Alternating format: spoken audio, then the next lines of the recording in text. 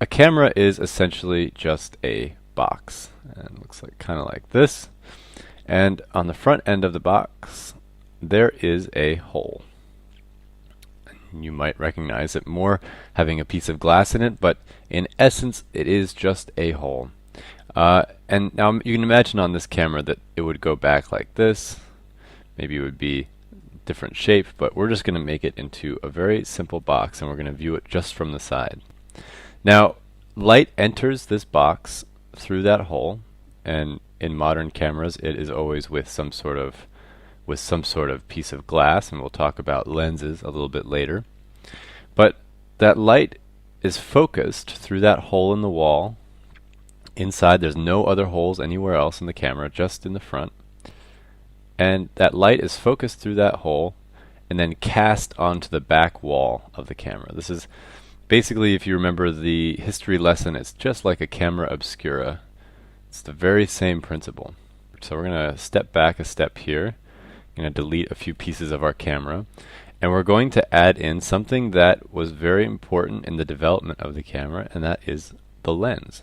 So here's our body. They made the hole a little bit bigger so that they could mount a lens on it. And we're going to make our lens, let's make our lens green, and we'll make our lens sort of like this right here. And we'll put it like kind of a long lens like this. Alright, so here's our lens. And we can say it kind of comes in here a little bit. Right there. Alright, now inside of that lens, so I just made the outside bit of the lens. Inside of the lens is some glass. So there's usually lots of pieces of glass. So we'll say here's one piece of the glass. And maybe there's another right here. And maybe there's some space. Have a piece of glass right here. Maybe there's another piece right here. And right here. And then at the very end, there's another piece of glass right here. Now what happens is that the same way that light came in before, light is cast over onto the lens. It travels through.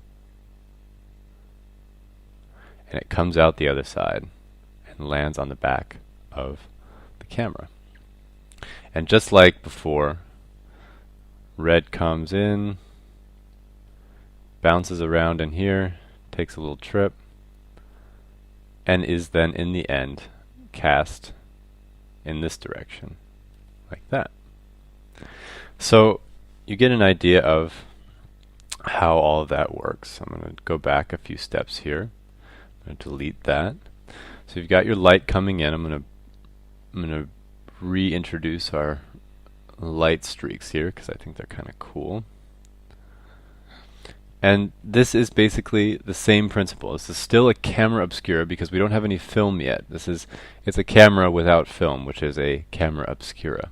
And you could, in theory, if you were small enough, you could jump inside the camera and you could draw what you were seeing on the back wall of the camera. Now, at some point, like you might have seen in the history course or in the history lesson, some people figured out that there were light-sensitive chemicals. And so at some point, someone came up with the idea of making film. So film was produced, and we're going to make our film brown. And it was put on the back of, in the back of the room, or in the back of the box, in the back of the camera. So here's our film.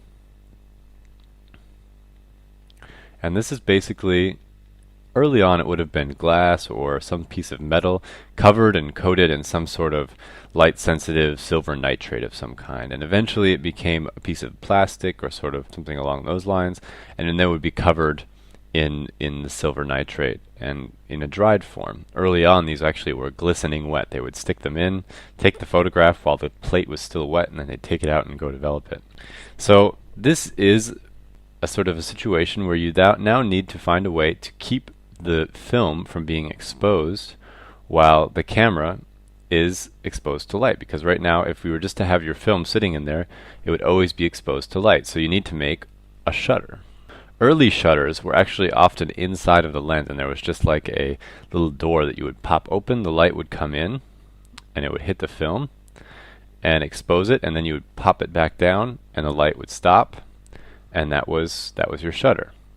But as film got faster, the shutter needed to become more quick, and there are still cameras that use lens, like a lens shutter type, but in general, most shutters on most cameras, we're going to make the shutter on this camera red, are right in front of the film. So the film is sort of in a kind of a case of some kind,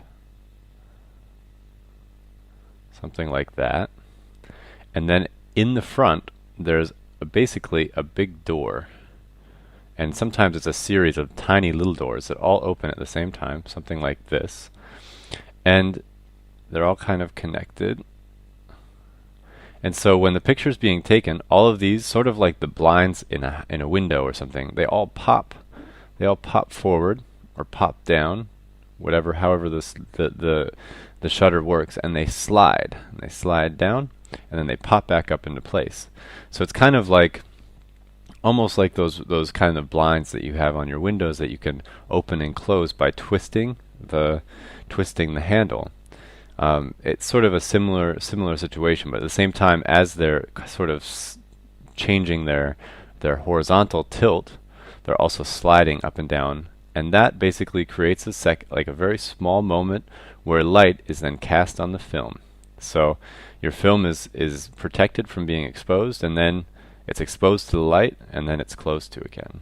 So this represents then the basics of photography. These are the most essential elements to a camera. There's also the problem that you can't necessarily control the amount of light coming in with this lens. You just have a set amount of light that you always have to work with. That brought about the idea of the aperture. Aperture is kind of a little bit more of a confusing concept, and we'll talk about it more in another lesson.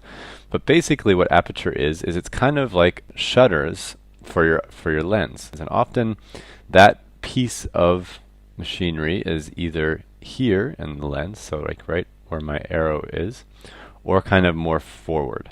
And we'll make ours up here because we just have space for it. I didn't leave space back here. From the side it would look something like this. From the side it would just look like a little hole. And basically this is a piece you would twist like sort of a wheel on that's on the outside of your lens, and it will close and open this window. So from the front, if you were to look at the front of this piece right here, you have your lens, and then you have what are called blades, and they're all sort of going like this, and there's a little hole in the middle. And as you turn this right here, this sort of grip, as you turn it, this hole gets bigger and smaller. So you can control the amount of light that's coming in. It's sort of like opening and closing the shades on a window. And this has the effect of allowing more or less light in, which has lots of purposes and lots of uses. Sorry, and we'll explain those later on when we start talking about aperture more in depth. But just so you know, that is how aperture works. So I'm going to delete our little diagram here. So we've got aperture. Now comes the problem of the viewfinder. Now we're not exactly sure how we're going to see all of this. Now we're going to make this camera into what's called an SLR. Now there's lots of different types of viewfinders. The early viewfinder was just basically two squares. So you'd just make two little squares on the top of the camera, and you would then, with your eye, you would make these little boxes so that when you looked through it over top of the camera, you would see about what your lens would see. But you know, this is a pretty primitive way of doing it. My first ever camera had one of these, and it was just a little $2 camera that my mom bought me for my birthday when I was really small. And it does work. It works really well, but it's not the most advanced way to see it. So eventually, over time, there have been lots of different ways of creating a viewfinder. This is something a little bit like what you would call like a rangefinder, something along those lines. But what would eventually kind of come to be the standard in photography, or what is sort of considered the best solution to this problem right now, or one of the best solutions to this, is what's called the single lens reflex. So we're going to add now a mirror to the whole situation. So we'll take a mirror, and so the light would normally be coming in and hitting this and just not going anywhere. But what scientists and camera makers decided to do was try putting a mirror right here.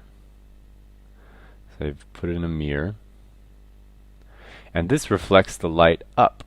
So your light comes in right here, hits the mirror, and goes boing right up to the top of the camera. So up here they made a very complex, we're going to add some more hardware to our camera here, made a very complex little set of mirrors and prisms. So the light goes up and it lands inside of a big prism that is sitting up in the top of the camera. And I'm not exactly sure how the light bounces around. There's some good diagrams of it online, but you take your eye, here we've got our eye again, and it's looking into this. There's a hole right here, and it's a little window that looks right in to this, and basically the light is going boing, hitting the mirror, going up into here, bouncing around a little bit. Now this is not accurate, obviously. I didn't do a very good job on this. And then it's coming back out right here. So the light, you're seeing it go all the way up, ding, go this way, go that way. There must be something like kind of like that in there somewhere. And the light comes back, and you can see exactly what this lens is seeing, what you're seeing through this lens. Now when you want to take the picture, you push the button, and this piece of mirror, well, I didn't make it, I made it a little too big, so it wouldn't look like it would work, but it actually would. This mirror would flop up to an up position. So the mirror, when you're taking a picture, is right here. So there's like a spring on it that kind of has a hinge, and it sort of just goes think, pops up, and you can imagine it not being here anymore. And then that light passes through that there, and then the shutter opens while this is happening. So you pushing the button has done two things. It's opened the shutter and it's popped the mirror up, and then the light travels in through the lens, hits the film, exposes it, and then when the camera says that the exposure is correct, then everything closes back down. So the mirror drops back down, the shutter closes, and the film is exposed. The only thing that they've really done in recent times that changes any of this is that they've taken this piece of film and they've developed digital sensors that can basically do the same thing, and actually can, now we're learning, do a lot more even. And they've replaced that, so you've got a digital sensor, and they've added some sort of memory space. So we'll just imagine that this is like a little card down here. This is what you save your files on.